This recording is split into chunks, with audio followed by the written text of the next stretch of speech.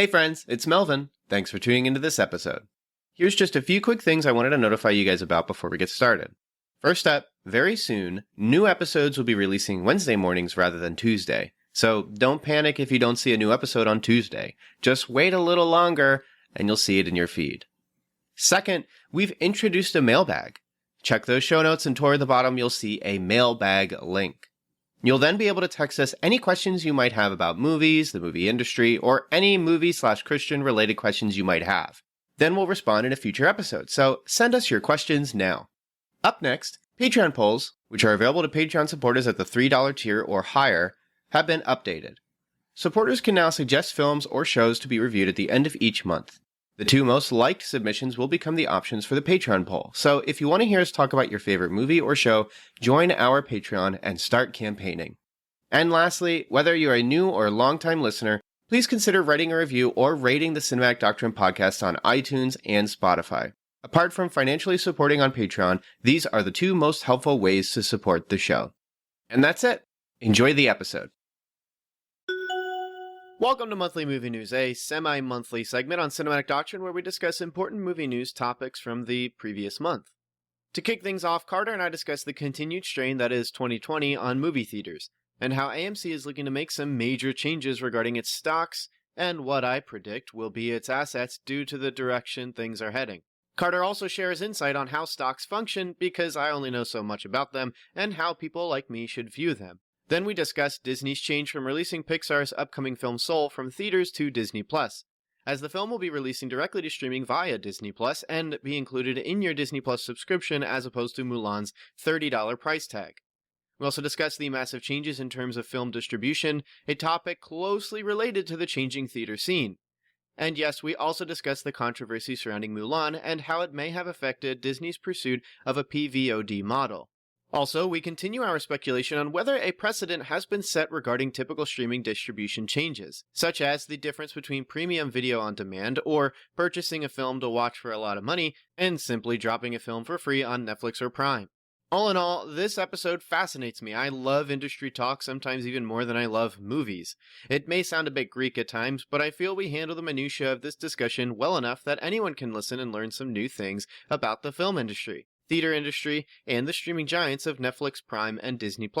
We even talk about generational differences and how our generation, millennials, consumes media in a totally different way to those younger than us, Zoomers, who consume a ton of media through apps like YouTube and TikTok, and how that alone makes a lot of these industry changes all the more complex and exciting. Lastly, Carter and I decide on whether Wonder Woman 1984 will either stick to its December 25th release date, be moved into 2021, or if Warner Bros. Has another trick up its sleeve. Hopefully by the time this episode is posted and you're listening, Warner Bros. Hasn't made a decision yet.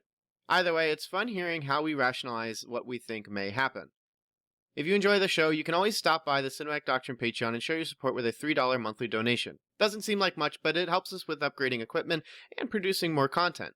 If you support the show through Patreon, you also gain access to some sick perks like voting on a movie we discuss at the end of each month, as well as exclusive access to the pre-show, a special show that's a bit more freeform with general Christian film or personal discussions. You can also catch Cinematic Doctrine on social media, Twitter, Facebook, wherever, or over at the Cinematic Doctrine Facebook group, which is the place to be if you want to chat movies and Christianity with other like-minded Christians. And don't be afraid to leave us a review and give us some unfiltered thoughts on the show. We'd love to hear what you have to say. And lastly, you can check out cinematicdoctrine.com for written editorials and think pieces, as well as brief thoughts on trailers when they come out. Without further ado, let's talk some news. You know, Carter, I was thinking to myself how the last movie news we recorded was about how theaters were doing. And 3 months later, maybe 2 or 3 months later, nothing's changed, and we are still now talking about how theaters are doing. So isn't that an interesting thing? We are still talking about how theaters are hanging on by a thread. And, you know, it's interesting because the only lifeline that they really have to look forward to is Wonder Woman 1984. If that gets pushed, you know, we could see some theater chains go out of business or be out for an extended period of time just to mitigate costs. But yeah, man, I think it just shows you, hey, we're living in a pandemic, that makes sense that a lot of theaters are hanging on by a thread in that time. So Yeah, and you know what? I think either it was a Deadline report or Variety, I can't remember, but it was sort of one of their rumor reports where the author of the article said, my sources have said that executives who are trying to decide the release date for Wonder Woman may be meeting this week as of recording. So I'm looking at 11/5 this week, are going to meet to decide whether or not to keep for Christmas or not. I didn't have time to put this in the show notes, so we're not really going to dig into it explicitly, but, and it's also a rumor, but yeah, it's interesting how like theaters are holding on, and then this week a piece comes out about Wonder Woman may change its date. You're like, oh no, they're not going to make it. you can just see the AMC management and any other theater management. They are sweating bullets right now Oh because my gosh, yeah. if Wonder Woman gets pushed, they opened for Tenet, which didn't really meet expectations, domestically, and things aren't looking too good if Wonder Woman No. gets pushed. But No. we'll have to see. So I guess we'll then get started with our first topic, which really is theater struggles, and just kind of giving a kind of an update on how theaters have handled things. And the picture that I painted here was mostly focusing on AMC. I'm an AMC guy, so that's kind of one of the reasons why I check out how AMC is doing. A lot of the news that's come out about how AMC has been suffering under the pandemic really paints a picture about how movie theaters are suffering under the pandemic.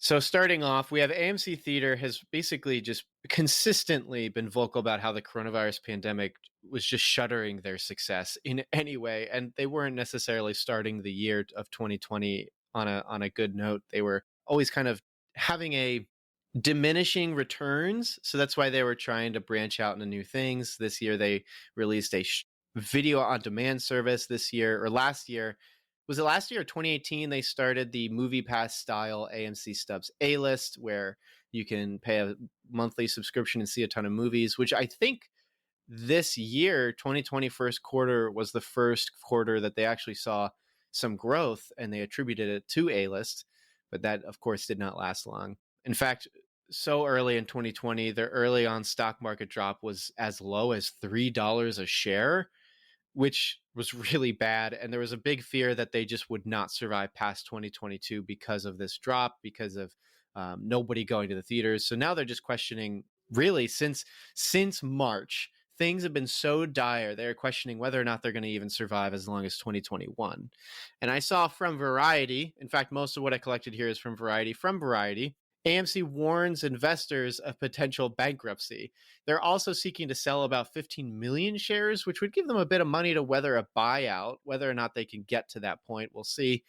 Although it seems unlikely we'll see AMC survive in 2021 unless a miracle happens, which would be a huge bummer for me because, like I said, I really enjoy AMC theaters. I think they have improved the theater experience, but as we'll get into it, it may be their focus on the theater experience that has caused a lot of this struggle. But there's going to be a lot of change of hands moving forward, no matter what, regarding all of the assets AMC currently owns. In fact, they're saying they're selling 15 million shares. I suspect they're going to be moving towards selling assets pretty soon. From theaters to digital distribution, AMC is going to be very different on the other side of this coronavirus pandemic. So Carter, I briefly mentioned stock market changes and assets and changes and stuff like that. And from what I gather about your line of work, you kind of know this world. You know the world of the stock market. You know the world of investing in businesses and focusing on how they're kind of growing and handling things. Do you want to give some insight on really how the stock market works and why $3 a share is pretty bad and what the hopes AMC has for the future, not just for our listeners, but also for me, because I get that these are bad. I just don't really quite know the specifics of why all of these are bad. I think it really demonstrates, again, that the film industry is hurting right now, specifically the movie industry. And, AMC being one of the largest chains, if not the largest chain in America, when you see its performance and specifically its stock price, that's not a good sign long term for the theatrical experience. And this is the interesting thing about the stock market, Melvin. It's all based around expectations. So recently, quarter three just ended, October 31st, or October 30th. It would have been this past week. It just ended. And, that's when companies every quarter, they'll report their earnings, they'll report income statement, their balance sheet, two big things that people use to analyze how a company's doing. And it's interesting because even after, a brutal quarter, obviously, where you've had a few movie releases like Tenet and New Mutants, but not enough to bring people back into theaters in mass. It's interesting.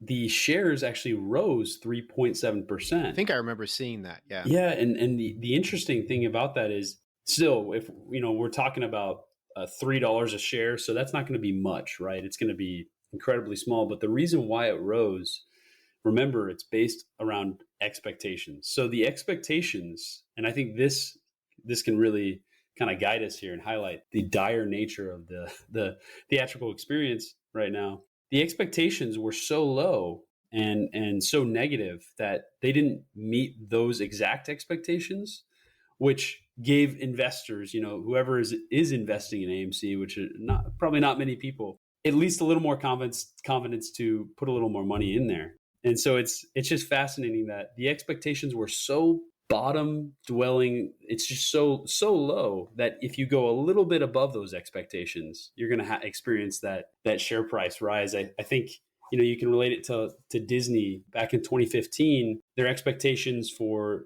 that fiscal year were a little higher than what it ended up being. And remember, they had things like, Avengers, they had The Force Awakens, all these things. But these movies made in total a little bit less than they were experiencing. And even though they had the best film year out of any studio, their shares still dropped because they didn't meet expectations. So the expectations were crucial here. And I think the expectations highlight for us, nobody has faith in the theatrical industry right now. I mean, they were expecting revenue to decrease by about 160 million. It decreased by 119 million.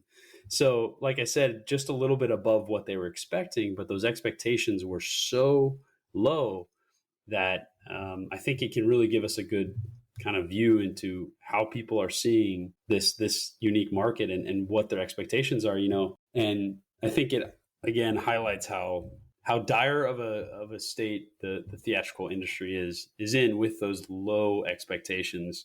AMC going forward, they're really hanging on by a lifeline with Wonder Woman 1984 coming out.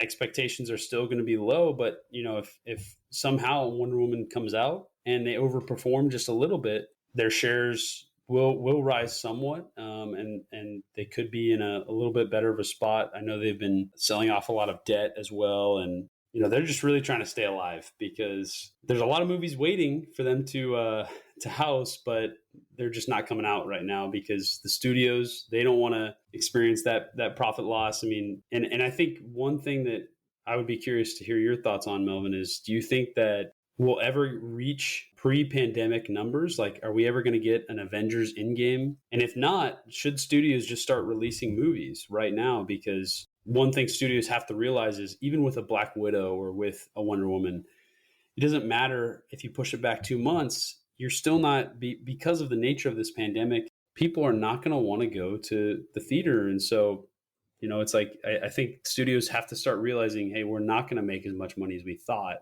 But what are your thoughts on that? Do you think that AMC will be around by 2022? You think these studios, or do you think these studios are just going to put these movies on premium VOD release?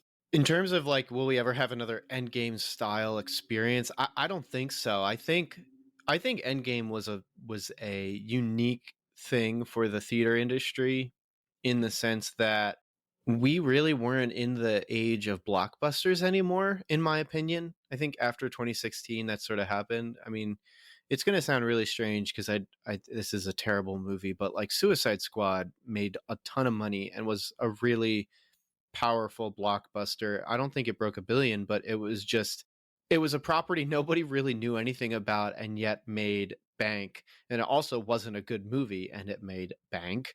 So I would say that is almost a better example of like a successful movie experience because Endgame was working up to it.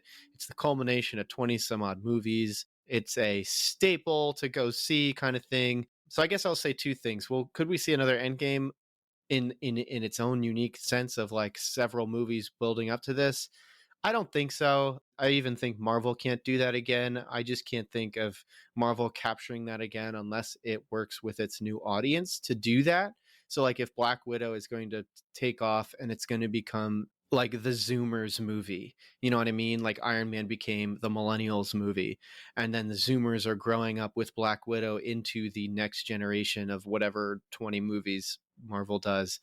Then I could see, yeah, another Endgame. Now, in terms of like the Suicide Squad equivalent, where like, which I know Suicide Squad had, it's part of the DC universe, whatever that even is anymore, because they didn't even, Warner Brothers didn't even know what a DC universe was.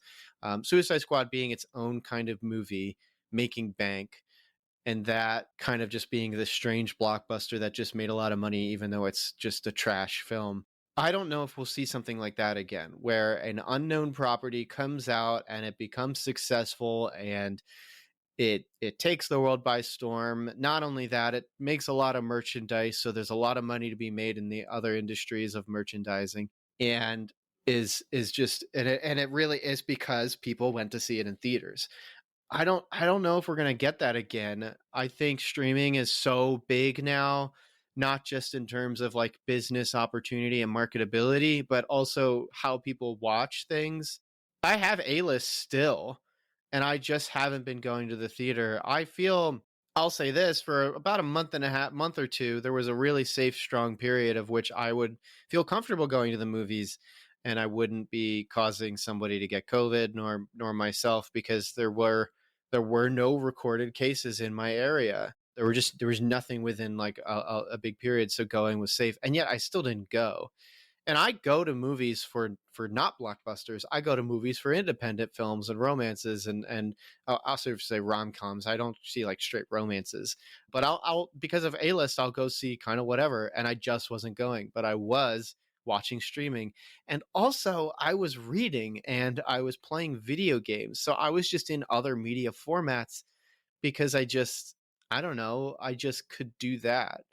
And I think this is where like the thing with AMC is, so I guess we're going to do this now. I kind of alluded to it a little bit, but like AMC has only stuck in the theater industry. It's never really branched out. It's stuck in the theater industry. I read a really great piece on this. I can't remember who wrote it or where it was from. So know that these aren't necessarily original thoughts. And if I can find the piece, maybe I'll toss in the show notes. But the piece basically talked about how AMC, since its inception in like the 1930s, has just done theaters. And yet there was like a drop off point in like the 70s when people just weren't going to theaters as much as they used to. And so AMC just decided though that the way to keep their business model working was to just make theaters bigger and better.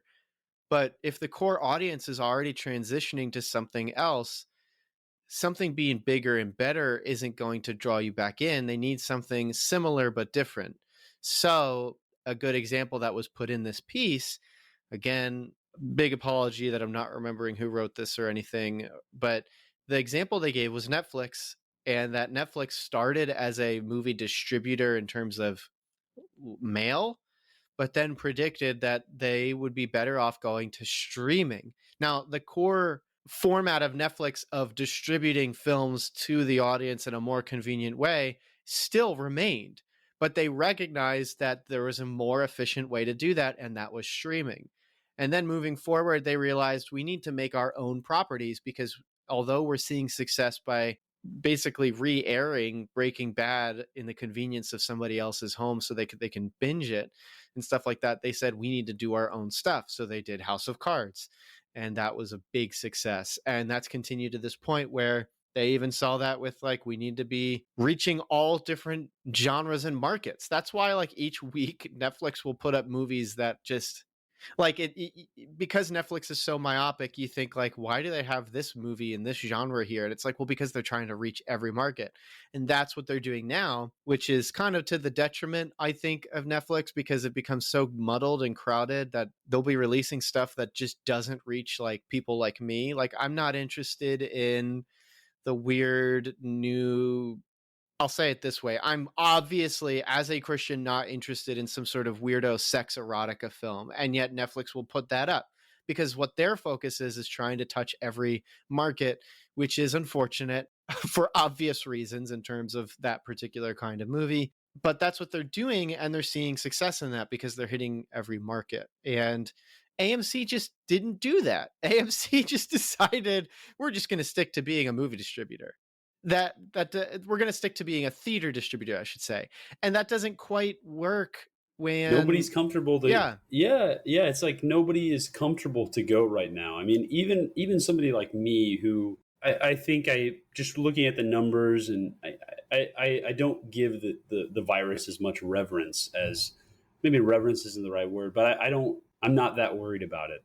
But in reality, there are a lot of people that are, and so that's going to keep a lot of people back from the theaters. And I think we just can't deny it. Like whatever our position on that virus is, whether we think it's very serious or less serious, it's not going to take away from the fact that most people, and this was shown by Tenet's performance, just don't feel comfortable with going back to the theater. And so, even with New York and at least portions of New York opening up for movie theaters, and then California sometime soon, it's hard to tell what's going to happen. Even there, I mean, those states are still locked down. And, I was reading a report that said the movie theaters that open in New York, they can't sell concessions. So what theater is going to want to open where you can't sell concessions? I mean, you can't make any profit as a theater. That's where they make most of their money.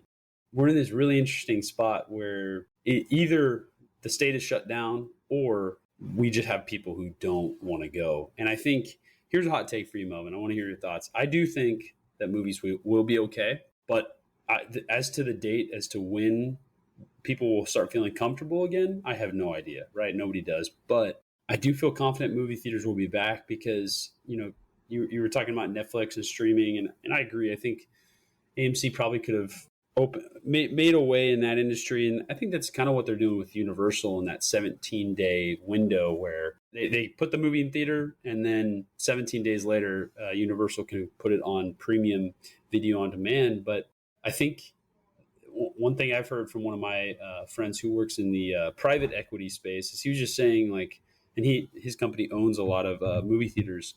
He was saying movie theaters and their managers see their biggest competition not as streaming, but things like bowling or things like going out to dinner, which I think those things will return, and that makes me think movie theaters will too, especially with the movies that are being held back. But I don't know. What are your thoughts on that? Do you think that? I mean, in your heart of hearts, Melvin, do you think that movie theaters are going out of business by 2022? Oh, I mean, I think it'll be much more scarce. I think you kind of you kind of shared a bit of insight of like, theaters need to make money through concessions. Like that's something they introduced. And but then the thing is that the mode of reaching their customer as well as advancing their like what they produce and stuff is all ultimately limited to the theater space. And it's funny that you mentioned even the deal that AMC made with Universal about the 17-day thing. So it's basically, to any listener that wants further clarification, it's basically a film from Universal can screen at AMC, and from the day of opening to 17 days later, then the film can also go to streaming in a premium VOD format. This is only with Universal, I believe. But one of the things that I thought about that was strange is like AMC has their own PVOD service.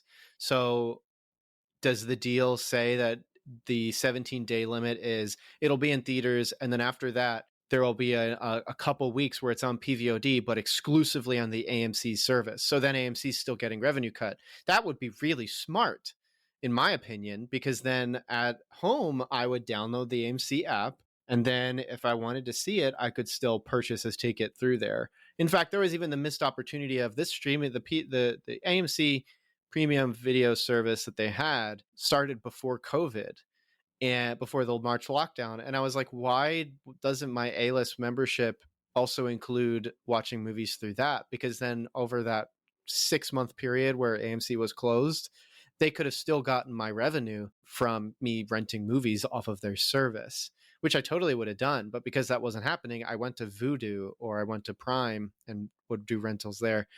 because that's just the app that I have downloaded. I'll say this, AMC, speaking specifically about AMC, because I think theaters, yeah, they'll still exist. They're just going to change. AMC is going to have to do either major changes or it's going to be bought out, which moves towards, I didn't prepare this, but longtime listeners of the show will know we've talked about this before, me and Daniel, but the idea of like, there was a deal, I forget what it was, or no, there was a law, a bill that I can't remember the name of it. Maybe you remember it, Carter, that basically prevented movie production studios from owning theaters and only showing their own movies in those theaters, because it would be monopolizing the market for distribution and then limit the kinds of movies you could see in certain areas. So example, if you wanted to screen Black Widow in a theater, there would be, and this goes hand in hand with another deal that basically was like something called block booking, where if a theater wanted to show Black Widow, they would have to sign a deal and say, okay, if you want to show us Black Widow, you also need to put in these other 3 Avengers themed films, as well as some of our other properties, such as like a Mulan or whatever. And theaters couldn't do that. Distributors couldn't do that. They couldn't basically say, oh, you want Black Widow for 5 screens in your theater? Well, you need to give 5 screens to this too. It was all strictly the one movie with the one thing. That's gone. That bill, I believe, has passed. Has passed away this year. So now theaters and companies can make these deals, which will be to the detriment of 2 things: independent content creators who want to show their movies in theaters, and to theaters, because they'll be locked into like, well, we've already signed this deal for Black Widow to screen in our theaters, but I'm just saying this out of nowhere, Tom Holland says the N-word on Twitter, so now everyone's angry and they're not going to see the new Spider-Man movie. Well, AMC has already signed a deal that said Black Widow was screening, which means they have to show Spider-Man in the future. Now AMC is like, well, no one's going to see Spider-Man 3 because Tom Holland had a gamer moment and said the N-word. So now we're stuck showing Spider-Man in the future, even though we know we're not going to get the profits that we want to see. This idea of block booking and theaters being owned by distributors exists now. And so it's going to be very different no matter what. So I'm kind of giving you a non-answer. The only other outcome that can happen then, of course, is that these big companies like Universal or Sony or Disney actually purchase the assets from AMC and other theaters, which is to say they purchase the actual theater and all of its screens and then just show their own movies and have unique deals to independent distributors like Neon, like A24, like whatever, to then say, yeah, you can show your movie in our Disney theater, which probably won't happen, especially if Disney buys theaters, unless they make like a subsidiary to do it. And then they can distance themselves from showing like a Saint Maud or something, which would just be so sad if they're screening Saint Maud. But yeah, that's a whole other issue. You're going to see like the next rendition of like, I don't know, like what, Pocahontas, the new Pocahontas movie, but you accidentally walk in on a Saint Maud. That'd be miserable. All that to say is there's a lot of changes, so much so that I'm realizing we should have just written show notes for all of this, but I just didn't think to do so. There's so much going on right now, and it's not necessarily all good things.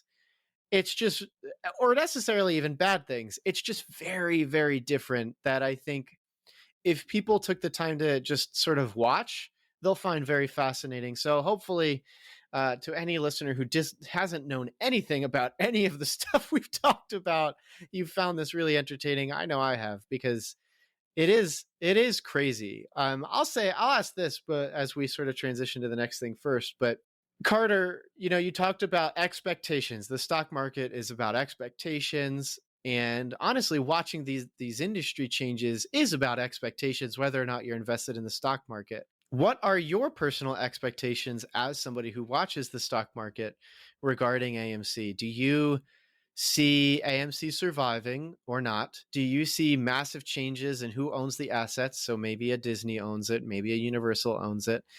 Do you see just theater goers not going to the theaters and finding that their couch or their bed is more comfortable and watching movies or maybe even their cell phone, watching movies on cell phones. What do you think? So two things. I think, we talked about the expectations, just how they were so low. That's something we got to take into account. People are not expecting much from the film industry, at least Yeah.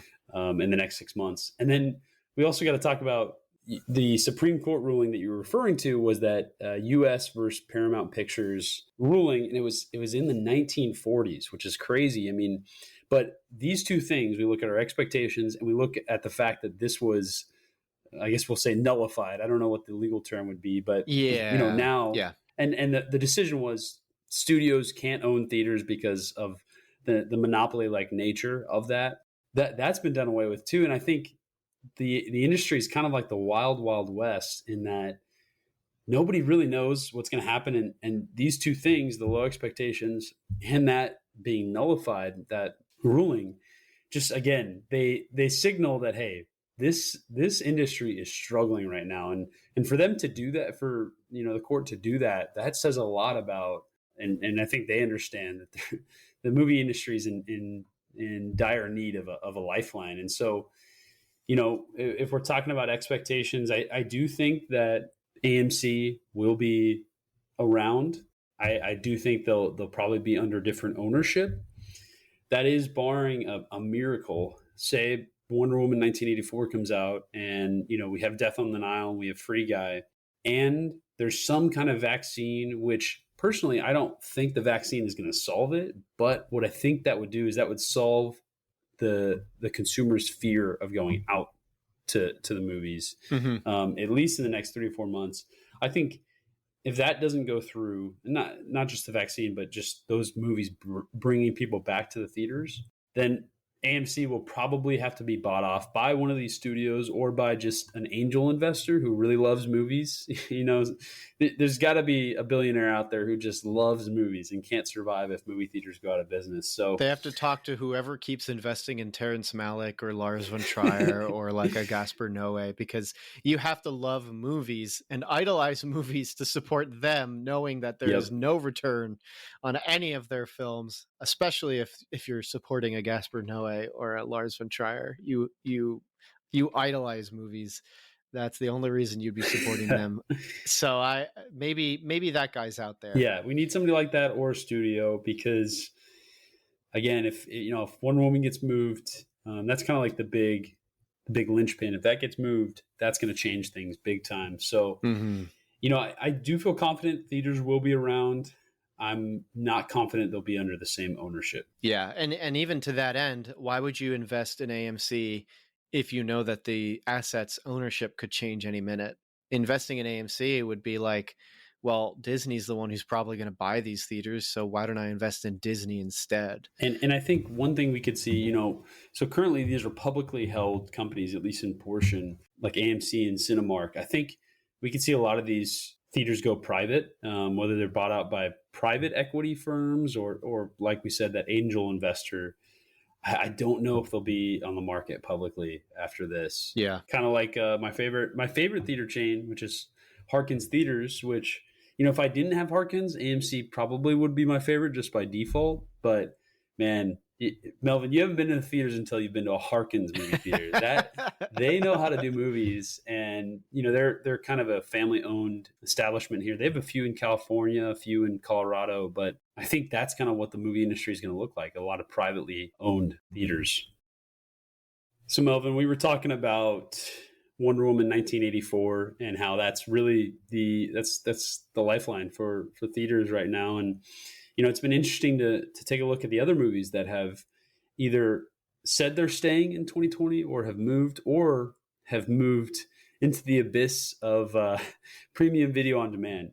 And the first one that really comes to mind, this is probably the biggest one, is Pixar's Soul, which is an Oscar contender from everything we're hearing from the director of Up and Inside Out, Pete Docter. And he's one of Pixar's go-to guys, and this looks like it's going to be a big winner for them, but it's skipping theaters and going straight to Disney Plus. So for a Christmas release, and it's going to be free.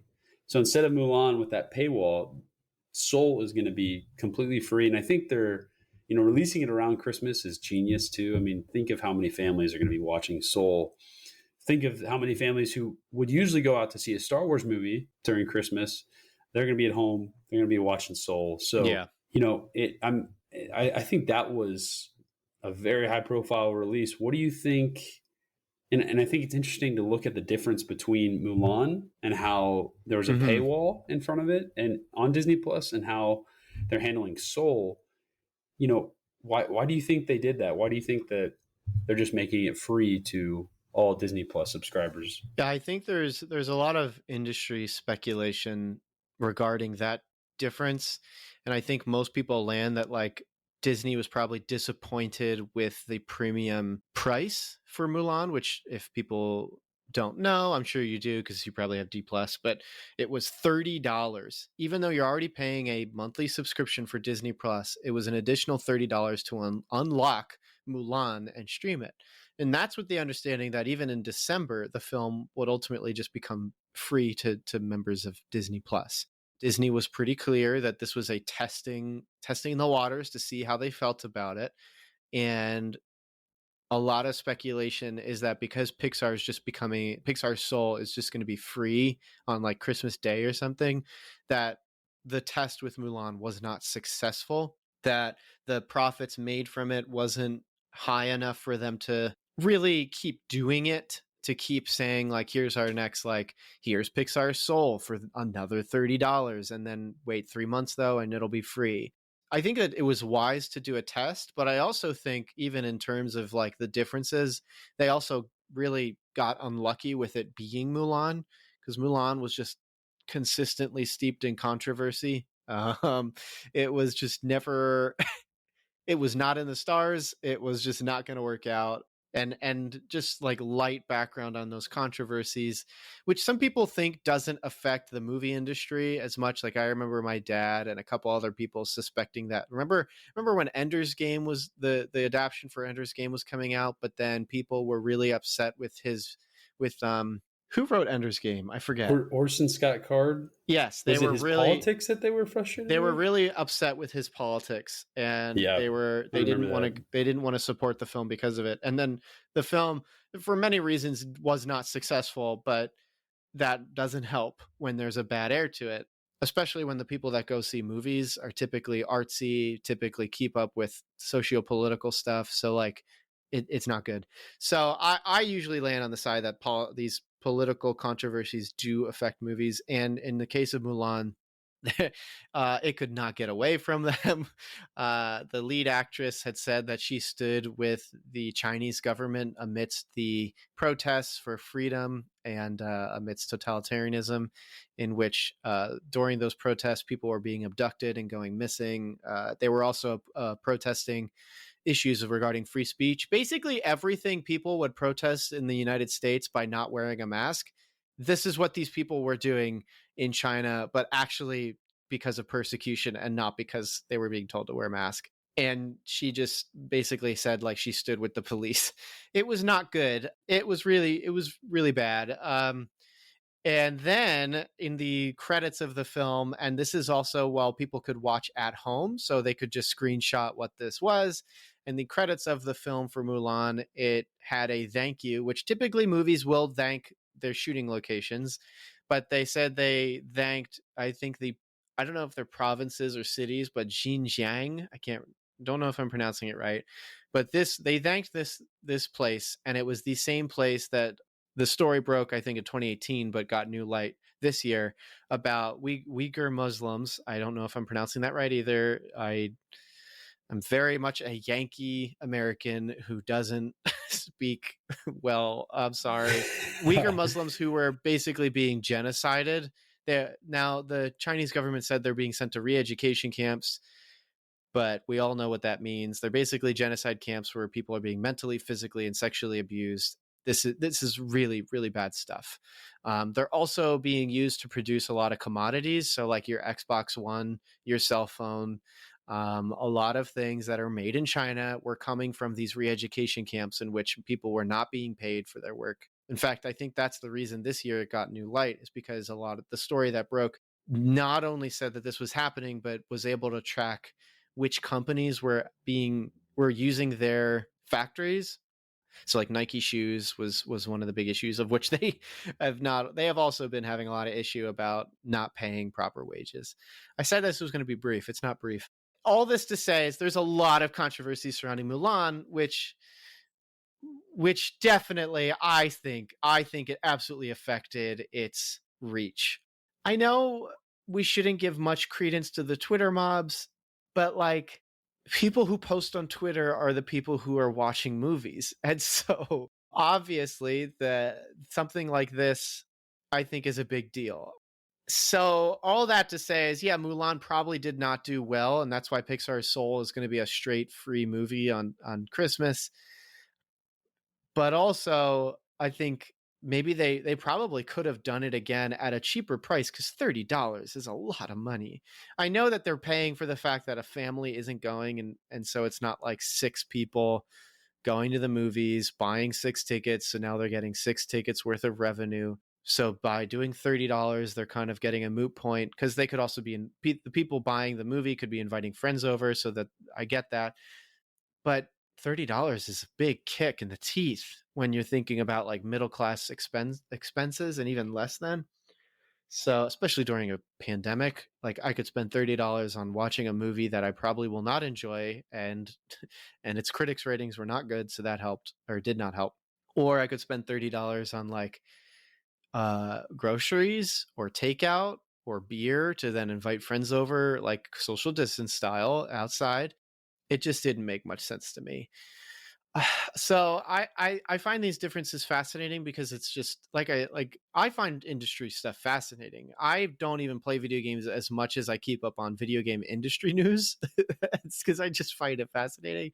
So I think that's where I land on those differences. But what about you? Like, Carter, do you think that the differences between how Mulan is distributed and Soul is distributed is because of Mulan's controversies and lack of income? Or do you think it's just because it is such a big brain, super smart move to just make Pixar's Soul free with your subscription and out on Christmas Day? I think it's 2 things. I think Mulan. I'm sure that serious controversy did have an effect on it. I wouldn't think it would be that big of an effect, but one thing I would say too is I think people also overestimate premium VOD. I mean, Mulan, and this is one thing I wanted to get into with you, Melvin, is out of any other year that I've been alive, I'm 23.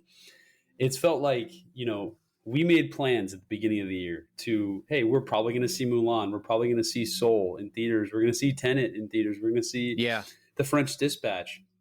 We made plans and God laughed, and it's like, it just continues to show me like, hey, the Lord is the one who charts the course. He's the one who is in control. We like to think we're in control, but this year has just shown us how out of control we are, and how in control he is. And, he's using this for his glory and to, for his bride in the church. And so it's been very interesting to see like, hey, these 2 movies that we expected to see in theaters, Soul and Mulan, are now either behind a paywall on Disney Plus or are going to be free on Disney Plus. And I think that, at the same time, the industry was probably gearing up for a big year. And I think the industry has realized they can't make the returns they would on premium video on demand that they would in theaters. There's just not that big of a demand. Now, we haven't seen a film like a No Time to Die or a Black Widow get released. Those types of films would carry with them a lot of interest. But when you put Mulan on there behind the $30 paywall, I think that's going to deter a lot of people. And I think they realize that. And for Soul, I'm sure what really drove it was they were like, hey, it's going to be, we can probably bring in more money through subscriptions and people just wanting to subscribe to the service because of the option to watch Soul free, than they are having people subscribe to the service, work behind that paywall. So it's really fascinating that, one, all these movies we expected to see in theaters were either they're pushed back to 2021 or we're seeing them on premium video on demand. And then also how these studios are navigating the wild, wild west. Oh, yeah. Do you think a movie, I mean, again, taking away the controversy of Mulan, do you think that, which is definitely something we should, that's something we should take into account when analyzing its performance? Absolutely. I mean, even I forget her name or her job title at Disney, but there was an investor call, and she was like the head of like something with regards to like public relations and Mulan and stuff. And she just flat out said like, yeah, the controversy really affected Mulan or something like that. You can find it if you search basically like Mulan Disney controversy. You'll find the quote. But so there's no way we couldn't talk about it. We had to. Even Disney coming out and saying like this is a big deal was like, all right, yeah, we're talking about this. Exactly. My question for you, Melvin, would be, do you think if there's a $30 paywall for a No Time to Die or a Black Widow, do you think that those movies would have made the kind of return, or at least close to the return that they could have expected from being in theaters? Because I think Mulan, we definitely have to factor in the controversy, but then also it's not going to have the market capability that something like a No Time to Die or a Black Widow or a Wonder Woman 1984 would have. Like, do you think those movies would have a chance at being profitable if they were premium video on demand releases? No, I don't think so at all. I think there's a really good example of sort of like market change from a Drew Gooden episode that just got posted, I think like 2 or 3 weeks ago, where he's a YouTuber, Drew Gooden, where he talks about cable companies. And he basically talks about how the most powerful insight he gives is he's about our age, I would say, so 20s, maybe early or late 20s. And he says, when I think about how I consume media with regards to television shows and movies, and I think advertisements, I think if I have to watch ads, then it's free. So I don't have to get a subscription. I don't have to do whatever. It's free. And he says cable companies pay you an exorbitant premium of like 120, and there's hidden fees all of the time. It is, if you have cable and you're listening, stop paying for cable. This is the dumbest thing. Just get like internet, and if you're not using internet for gaming, get the lowest internet. You'll be fine streaming. You'll slash your prices more than in half. But he basically says like you're paying this like over $100 price to watch shows that are sped up by like 1.2 speed so that more advertisements can be thrown at you. And he's like, why would I spend money when I've watched YouTube for hundreds of thousands of hours and it's free and I get 1 to 2 ads that are 15 seconds long? It doesn't, he's like, it doesn't make any sense. When I think of advertisements now, he's like, I think of, there's a tiny image when I pause the screen. It's like Hulu. If you pause a Hulu episode, in fact, when we watch like a cartoon, like regular show, there's no advertisements unless I pause it. And then the advert just sort of shows it like a still image. So like advertising has changed so much in that sense. Basically income, how a company makes money has changed so much, so that when I have a streaming service that I'm already paying for subscription wise, I shouldn't have to pay a premium amount to then get more access. It's actually why something like Peacock, where they have like 3 tiers. There's like free tier, there's second tier where you get more access but ads, and then the third tier where you get even more access and no ads. I'm like, to me, I get what they're trying. They're trying to do like a new different system, but I think Netflix that has solidified it.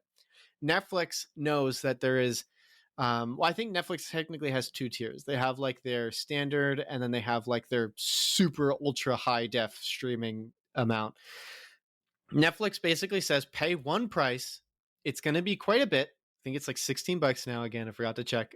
But you get access to movies that are the equivalent of a No Time to Die, that are the equivalent of a Black Widow, that are the equivalent of, and the quality is unbelievable. And there's not a single advertisement running through it, and I'm not paying a premium amount to watch them. And like I just don't see why I would, like, to me it's a downgrade. It is me being stupid to pay $30 to watch Mulan. That's what I think. Especially when you look at the ratings of the film, it's like, yeah, I'm going to wait till it's free. Why would I watch a film with like I watch bad movies all the time, so I'm not gonna like act like that. But like, why would I just watch a bad movie for $30? You know what I mean? So I think I'm just gonna say it. The coming generation is watching TikToks on end or YouTube videos on end, where there's very little advertisements and they're very brief, and doesn't spend money to consume the media they consume. It is old hats, fat cats who think it is a good idea to say pay $30 to watch Soul. Obviously, they're not doing that. They're learning that this is not going to be viable. But I just don't think it's going to work, man. I don't consume media like that. Like I said, I would feel like give me the dunce cap and make me stand in the corner for spending $30 on a Mulan. There's no reason I would ever watch a No Time to Die for premium $30 price when Martin Scorsese's Irishman was just free on Netflix. I don't get it, dude. Maybe I get more heated about this. Are you like that? Do you get more emotional about this? I don't know. It would be rare. I mean, something like No Time to Die, I would pay for, honestly. I mean, that's a movie I want to see. I would rent it. Like I've done $12 rentals, $6 rentals, but I wouldn't do a $30 rental. See, I would invite a ton of people over, but at the same time, I'm with you on certain movies like Mulan. I didn't even think about it. I'm like, no way. I don't even want to watch it, so I'm not going to invite people over to watch it. But then there's other stuff. It'd be like the French Dispatch, which that wouldn't be $30 in the first place, and then probably No Time to Die, and then if Dune was put on there, which it never would be, I would pay 50 or $60, honestly. I mean, and just invite people over and we can split the cost. But one thing that I think is really interesting, you mentioned YouTube and just the upcoming culture. I mean, my wife and I's cousin, she is 10 years old, and her movie stars are not Leonardo DiCaprio or Jennifer Lawrence or Brad Pitt. Mm-hmm. Her movie stars are, YouTube stars. So I don't know if she watches the Paul brothers. I hope she doesn't, like Jake Paul and those guys. Yes, please. If she is, you got to take that phone Please, away. Lord. Yeah, take it away right now. But those are their movie stars. I mean, guys and girls like that. I mean, I don't know the female YouTubers that well, but it's like those YouTubers, those are their movie stars. So this generation is growing up, and like you said, they have instant access. They grew up with tablets. Their movie stars are not theatrical. They are TikTok stars. They are YouTube stars. And so it's going to be interesting to see. And like you said, they like things now. So it's going to be interesting to see what survives from this. I think, big blockbusters like Marvel movies, those are always going to bring people in.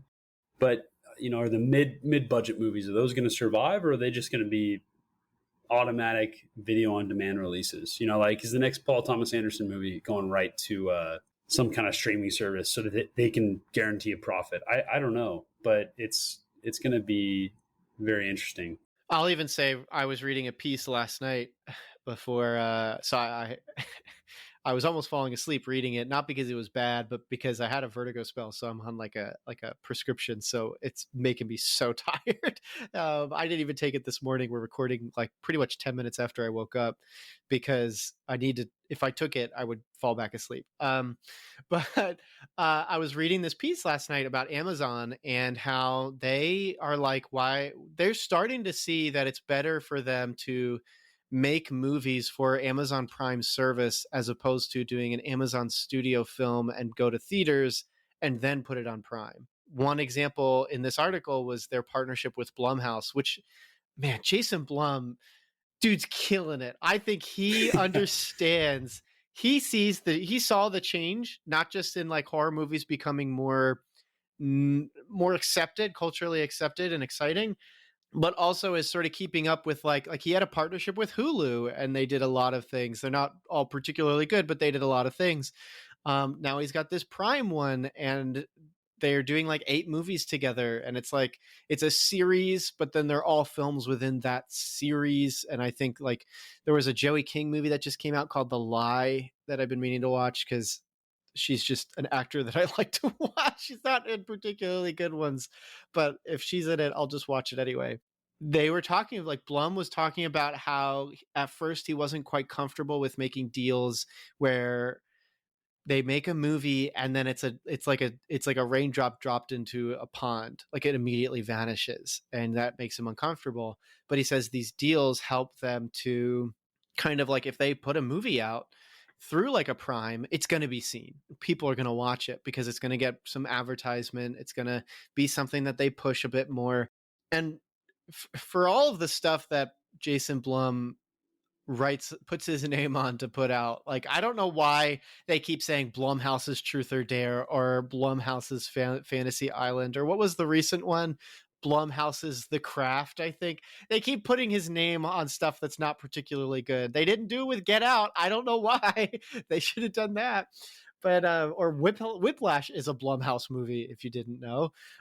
He has this good understanding of what people want to see and how to see it, and that's why there's these deals of like even Amazon saying it's just better for us to distribute straight to our service and get more people on Prime than it is for us to put it in theaters. And I think that is such a big signifier, huge signifier of this transition, that yeah, theaters are still going to be around, and I would love to keep going to the movies to watch like a Black Widow. And I remember there was even an interview with Lulu Wang, who did The Farewell, which is just such a good movie. And she was approached by an online distributor for a lot of money to have her film distributed through streaming exclusively. But she herself wanted it to be in theaters. She really wanted it to be in theaters, and she knew the deal for distribution that she got for theaters was not going to be as much. But she wanted it. And so I think theaters will still be around because people do want to have their movies on the big screen. But, we're talking about how big companies are learning the game of online distribution. And I think it is heading towards a big, big, big, big, big shift to the dependence on distribution through streaming. And I think 2020, people keep saying 2020 expedites these things. I guess that's true, but I think they've already been there. I think it just reveals that this is the direction to everybody, that this is the direction where it's going. So I don't know. Yeah, those are me thoughts. Thanks for coming to my TED Talk. That's didn't really have like a transition out of that. I just had a lot of information dumped, and then I was like, I don't know where to go.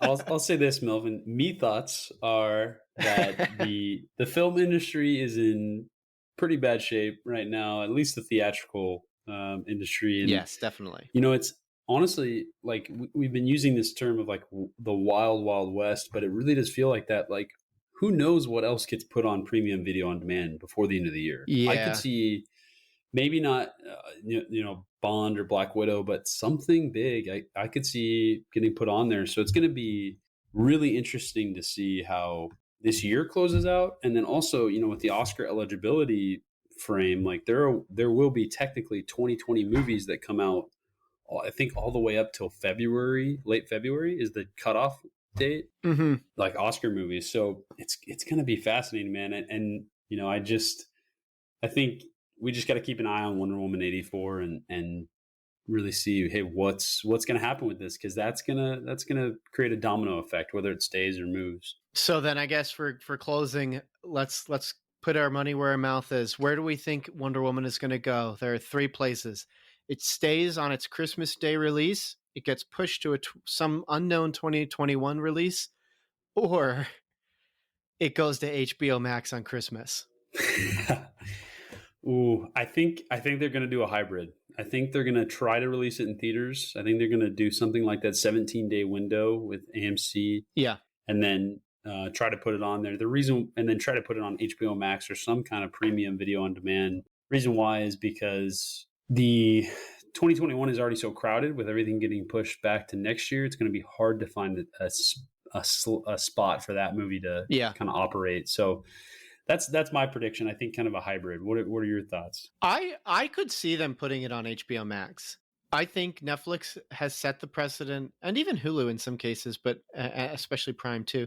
But Netflix especially has set the precedent that you can release tentpole, massive event movies on their service, and people will just love it. They'll love it. Because I think the theater experience is communal, but now that we're so connected through the internet, and now that Netflix has the top 10 thing going on, which I think is a blessing and a curse. Blessing because it unites people to watch similar things, and then you can have your conversation on Twitter, and you can have your conversation in a messenger chat and stuff like that, which I think is a really good positive. I think that helps garner the community aspect you lose with the theater, or not going to the theater. But it's also a curse because you get movies like Knock Knock, which should never be on the top 10, and for some reason is on the top 10. It is a trash movie. It has always been a trash movie. It has always been a streaming trash movie too. Is that the Keanu Reeves movie? Yes, with Ana de Armas. Okay. And is very bad.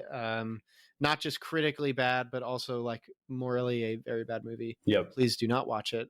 And that movie's been on streaming since since it came out. Like I remember it being like a Hulu staple. It was on Netflix staple, but then it just, yeah. Anyways, I could see HBO Max getting Wonder Woman, and then the Christmas discussion online would be talking about Soul and Wonder Woman.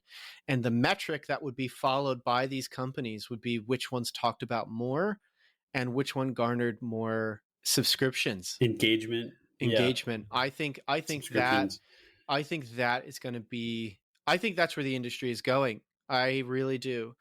And because there's going to be a lot of money saved by not having to make deals with theater companies across the entire, not even just the United States, but the globe, by just distributing it yourself. So I see massive changes, and I see positivity for the streaming industry in that. And I actually do. I'm not going to bet money on it, obvi. I'm not a betting man, but I could see Warner Brothers Wonder Woman's going straight to HBO Max. So we'll see. We'll know. Yeah, we'll know probably pretty soon. Probably right after this election is done. They're gonna. Oh my gosh, yeah. A lot of news will come out. Oh yeah. Thanks so much for checking out this episode of Monthly Movie News. We hope you enjoyed it. If you enjoyed the show, always feel free to share your thoughts with a review, follow us on social media, check out the Cinematic Doctrine Facebook group, or support us on Patreon and get some sick perks. A special shout out to those who support at the Art House Theater tier on Patreon. Thanks so much, Mom, Dad, Melanie, Shirley-Ann, and Thomas. You guys are the best, and your continued monetary support means the world to us. All important links will be in the show notes. Until next time, stay cool.